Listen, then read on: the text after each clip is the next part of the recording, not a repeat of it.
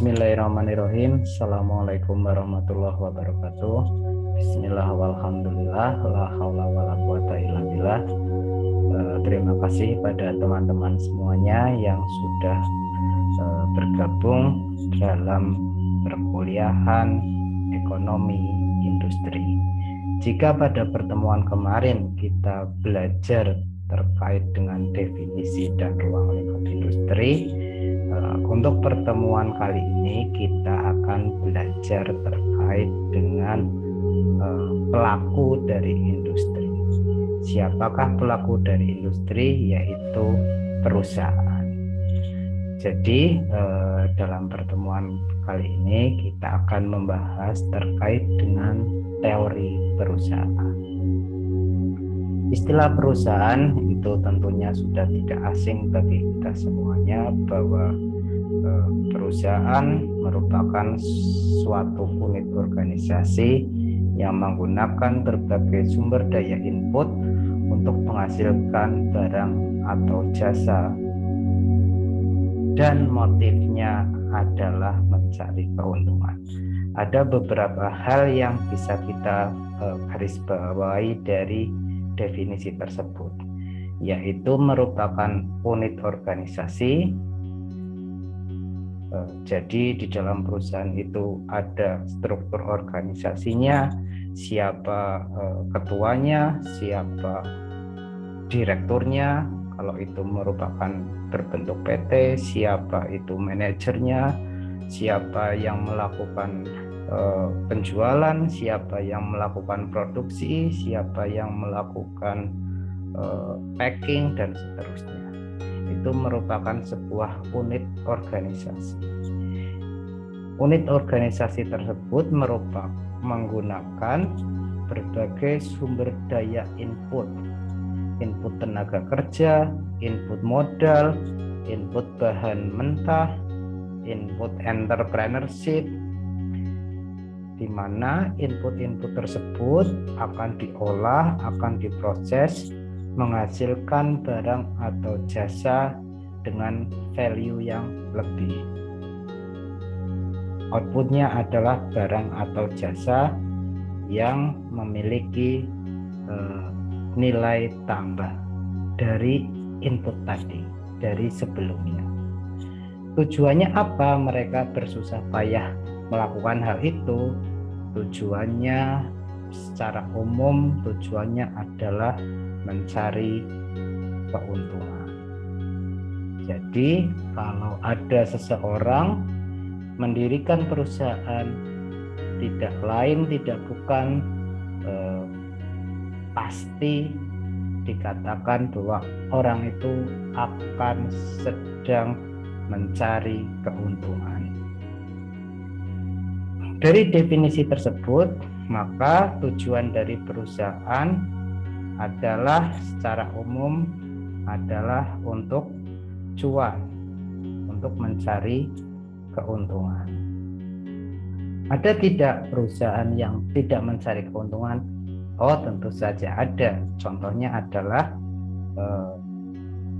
BUMN yang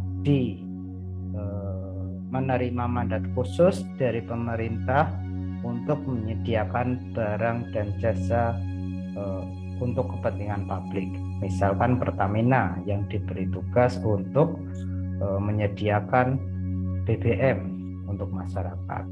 PLN yang diberi tugas khusus oleh pemerintah untuk menyediakan listrik dengan harga yang terjangkau. Mereka mungkin di dalam laporan keuangannya dalam beberapa tahun terus saja melaporkan rugi, karena memang mungkin secara real tidak ada sisa keuntungan yang diperoleh. Tapi kok rugi terus tidak ditutup? Karena apa?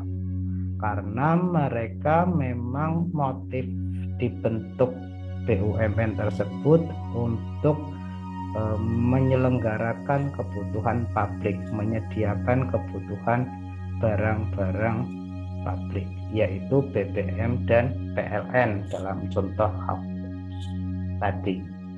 Pertamina menyediakan BBM bersubsidi sehingga harganya lebih murah, di bawah biaya produksinya, bahkan mungkin atau juga PLN dengan menjual listrik di bawah harga produksinya. Tentunya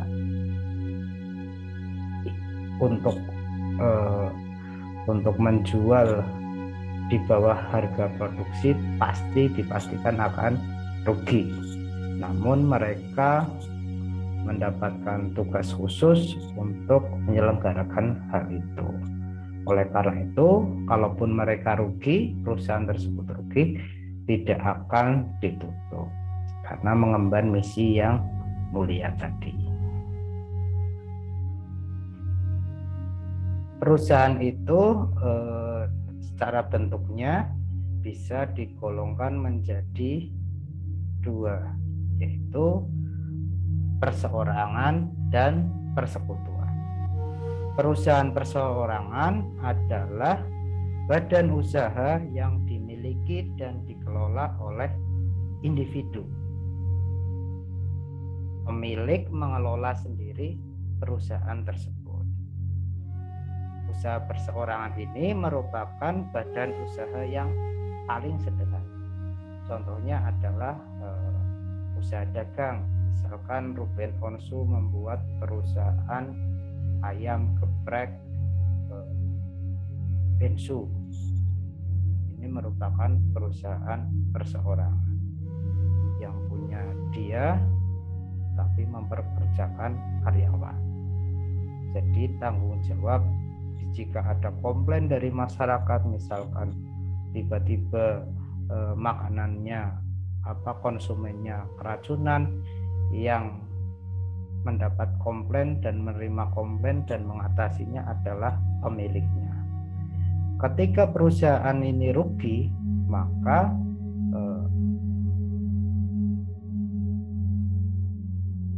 kerugiannya itu ditanggung sampai tidak hanya modal yang disetorkan ke perusahaan tersebut, tetapi ditanggung sampai dengan harta pemiliknya, totalitas ini, karena ini merupakan perusahaan perseorangan. Yang kedua adalah persekutuan atau partnership.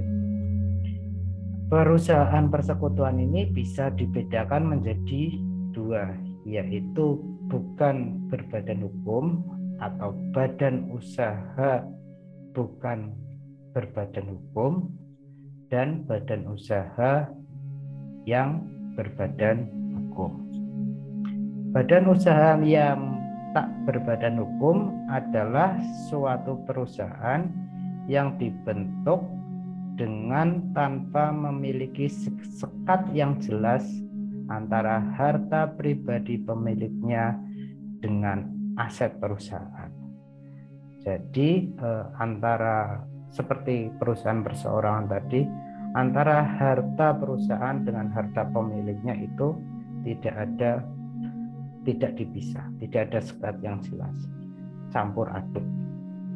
Oleh karena itu, jika terjadi masalah hukum, katakanlah terjadi pilot, maka hukum dapat menjangkau tidak hanya sampai pada aset perusahaan, namun sampai dengan harta pribadi pemilik perusahaan tersebut. Ketika terjadi pilot, terjadi kerugian, menanggung hutang, maka harta-harta dari pemilik perusahaan tersebut akan dilikuidasi, akan diambil untuk melunasi kewajiban dari perusahaan tersebut. Contoh dari persekutuan badan usaha tidak berbadan hukum ini, contohnya adalah persekutuan perdata, firma, CV. Persekutuan perdata mungkin ada yang sedikit asing dengan istilah ini. Persekutuan perdata ini merupakan perjanjian antara dua orang atau lebih yang saling mengikatkan diri untuk memasukkan sesuatu ke dalam persekutuan, bisa modal, bisa tenaga, dengan tujuan mendapatkan keuntungan. Jadi beberapa orang mengikatkan diri, modalnya, energinya, yuk kita bikin usaha, tetapi tanpa sekat-sekat yang jelas. Contohnya adalah persekutuan perdata adalah kantor akuntan publik. Ini adalah contoh persekutuan perdata, KAP. Yang kedua adalah firma. Firma adalah bentuk perusahaan, bentuk persekutuan antara dua orang atau lebih untuk menjalankan badan usaha di bawah satu nama yang digunakan bersama. Firma adalah suatu bentuk persekutuan bisnis yang terdiri dari dua orang atau lebih dengan nama bersama, tanggung jawabnya juga bersama, tanggung jawabnya itu rata, tidak terbatas pada setiap pemiliknya. Jadi kalau firma itu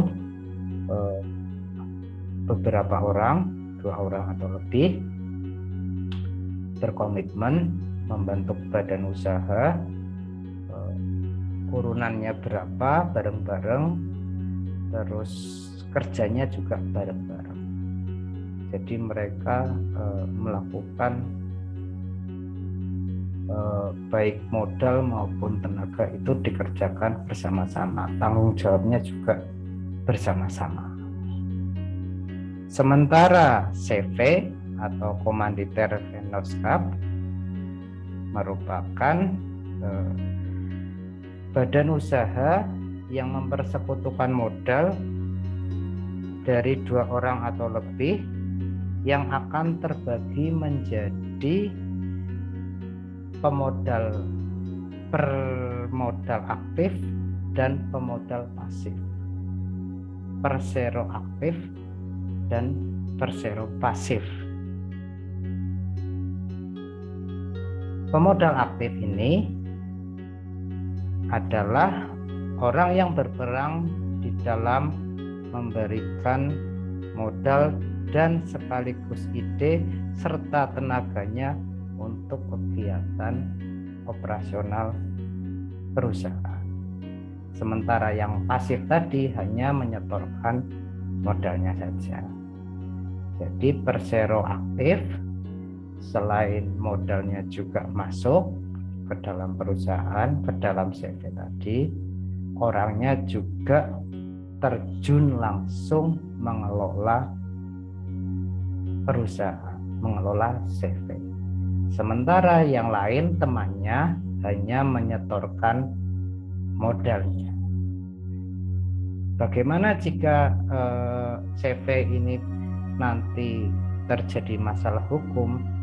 Jika nanti perusahaan ini terlibat masalah hukum, maka yang persero pasif tadi hanya bertanggung jawab pada modal yang disetorkan saja. Ketika terjadi pailit berarti anggap saja modalnya itu hilang. Sementara yang bertanggung jawab total adalah persero aktif, bahkan sampai ke harta pribadinya. Itu merupakan badan usaha yang tidak berbadan hukum. Jadi ketika terjadi masalah hukum, perusahaan ini tidak bisa menjadi subjek hukum. Yang menjadi subjek hukum adalah para pemiliknya. Beda dengan badan usaha yang berbadan hukum. Badan usaha yang berbadan hukum adalah suatu perusahaan yang dibentuk dengan memiliki sekat yang jelas antara harta pribadi pemiliknya dengan aset perusahaan. Sehingga jika terjadi kepailitan, maka tanggung jawab pemilik perusahaan atau pemegang saham, kalau itu PT, hanya sebatas pada modal yang disetorkan. Dan badan usaha berbadan hukum ini tentunya dapat bertindak sebagai subjek hukum, bisa melaporkan ketika ada suatu peristiwa, juga bisa dilaporkan. Contoh dari badan usaha yang berbadan hukum adalah PT Perseroan Terbatas dan Koperasi. Perseroan terbatas merupakan badan usaha yang modalnya terbagi atas saham-saham. PT ini kita kenal ada jenis PT terbuka atau TBK dan PT tertutup. PT terbuka ini adalah ketika saham-saham, modal saham-saham tadi itu dijual bebas di pasaran melalui bursa efek atau dikenal dengan PT yang sudah go public. Sementara PT tertutup adalah PT yang sahamnya tidak diperjualbelikan kepada masyarakat umum. Jadi ya mungkin pemiliknya adalah dari kalangan keluarga, misalkan PT MNC, pemegang sahamnya ya si kepala keluarganya, istrinya, anaknya, dan seterusnya, misalkan seperti itu. Contoh badan usaha yang berbadan hukum selanjutnya adalah koperasi. Koperasi merupakan badan usaha yang berbadan hukum yang beranggotakan orang per orang. Kalau di dalam undang-undang koperasi lama minimal terdiri dari 20 orang, namun setelah adanya undang-undang Ciptaker minimal pendirian koperasi adalah 9 orang untuk koperasi primer, yang tujuannya adalah mensejahterakan anggotanya pada khususnya dan masyarakat pada umumnya yang menjalankan usahanya berdasarkan prinsip koperasi. Itu merupakan contoh dan bentuk-bentuk dari perusahaan.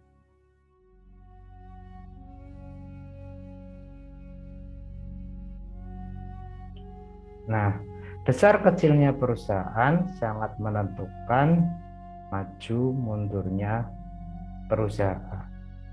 Ketika perusahaan itu memiliki ukuran yang lebih besar, otomatis jangkauannya lebih besar. Misalkan perusahaan yang memiliki klasifikasi lebih besar tentunya bisa mengerjakan lelang-lelang, tender-tender pemerintah dengan nilai yang gede-gede. Namun kalau ukuran perusahaannya kecil tidak bisa menjangkau tender-tender pemerintah yang besar-besar. Dari sisi jangkauan pemasaran, juga perusahaan yang lebih besar otomatis modalnya lebih kuat sehingga jangkauan pemasarannya juga lebih luas. Modalnya lebih kuat, otomatis belanja investasi untuk mesin produksi juga mungkin perusahaan tersebut mampu membeli mesin produksi yang canggih seperti itu. Sehingga ukuran perusahaan itu berpengaruh terhadap maju mundurnya sebuah perusahaan. Semakin besar ukuran perusahaan, otomatis kinerja perusahaan akan logikanya akan jauh lebih baik. Di dalam Undang-Undang Nomor 20 Tahun 2008 tentang UMKM membagi beberapa klasifikasi ukuran perusahaan. Yang pertama, usaha mikro itu adalah perusahaan yang memiliki aset tidak termasuk tanah dan bangunan ini maksimal 50 juta. Dengan omsetnya adalah 300 juta per tahun. Ini mungkin belum berbentuk perusahaan ya, hanya usaha perseorangan.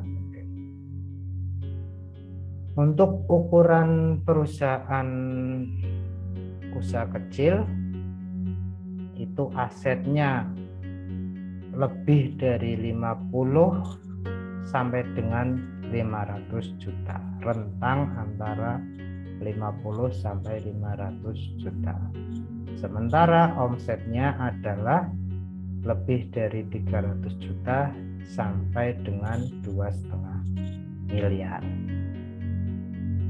Untuk usaha menengah itu adalah perusahaan yang memiliki aset di luar tanah dan bangunan usaha adalah lebih dari 500 juta sampai dengan 10 miliar. Sementara omsetnya atau penjualan tahunannya adalah 2,5 sampai dengan 50 miliar. Sedangkan untuk usaha besar itu asetnya lebih dari 10 miliar dan omsetnya lebih dari 50 miliar. Semakin besar ukuran perusahaan, logikanya kinerja perusahaan akan menjadi lebih baik lagi. Kepemilikan perusahaan tadi sudah dijelaskan pada slide sebelumnya bahwa kepemilikan perusahaan itu ada perusahaan yang kepemilikannya tunggal atau perusahaan perseorangan, di mana perusahaan tersebut dimiliki oleh individu. Sementara kepemilikan bersama itu terdiri dari CV, firma, persekutuan perdata, atau kepemilikan partnership. Sementara kepemilikan korporasi ini adalah perusahaan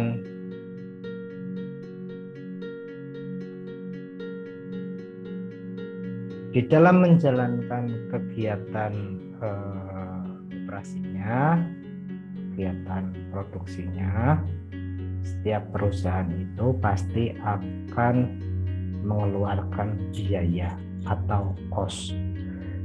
Biaya yang dikeluarkan yang flat atau konstan berapapun outputnya itu disebut dengan fixed cost atau biaya tetap.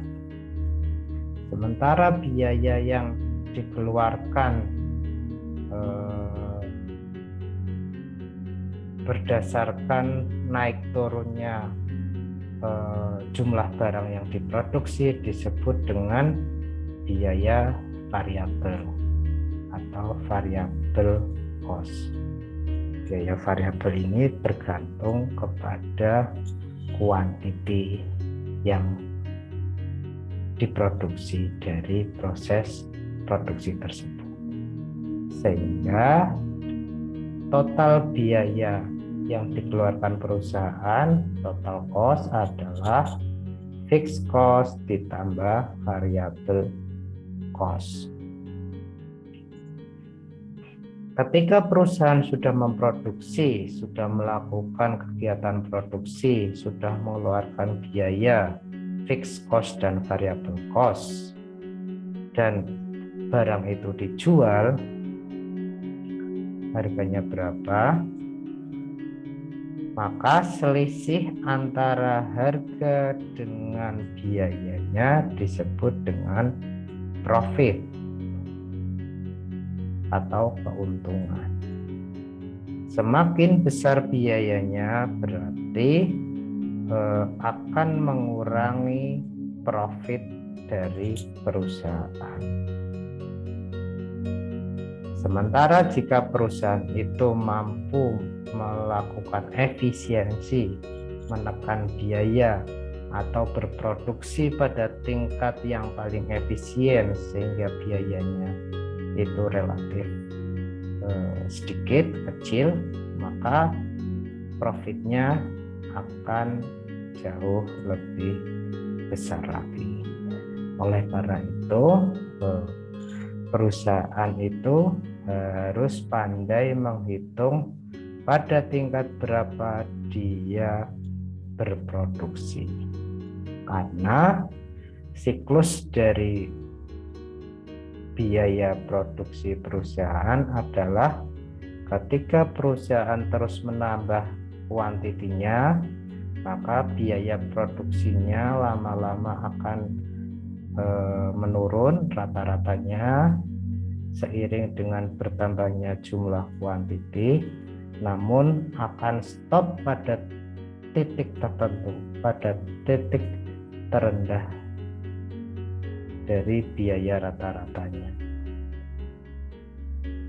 Dan ketika kuantitinya, jumlah barang yang diproduksinya ditambah lagi, maka akan menaikkan biaya rata-ratanya, average cost-nya.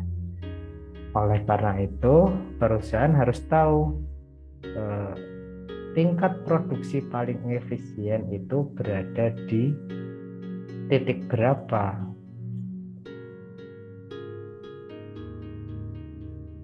Ketika perusahaan berada di tingkat skala ekonomi yang paling bagus ini, maka perusahaan akan memproduksi pada tingkat produksi yang paling efisien.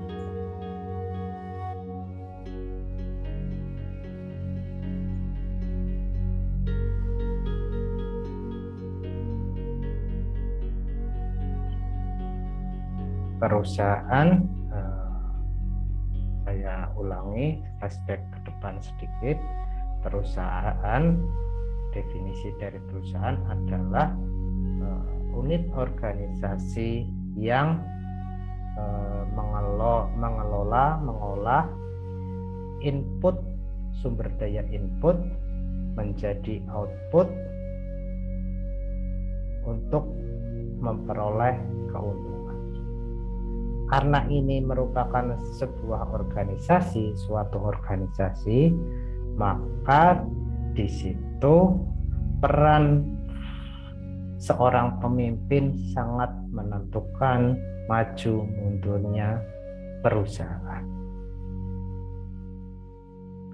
Dan Nabi Muhammad SAW pernah bersabda bahwa setiap kalian adalah pemimpin, dan setiap pemimpin akan dimintai pertanggungjawaban atas apa yang dipimpinnya. Oleh karena itu, saya harap ketika nanti teman-teman semuanya diberi amanah untuk memimpin perusahaan, memimpin organisasi, harus menjalankannya dengan tanggung jawab dan amanah. Sekian dari saya, semoga bermanfaat. Akhirul kalam. Wassalamualaikum warahmatullahi wabarakatuh.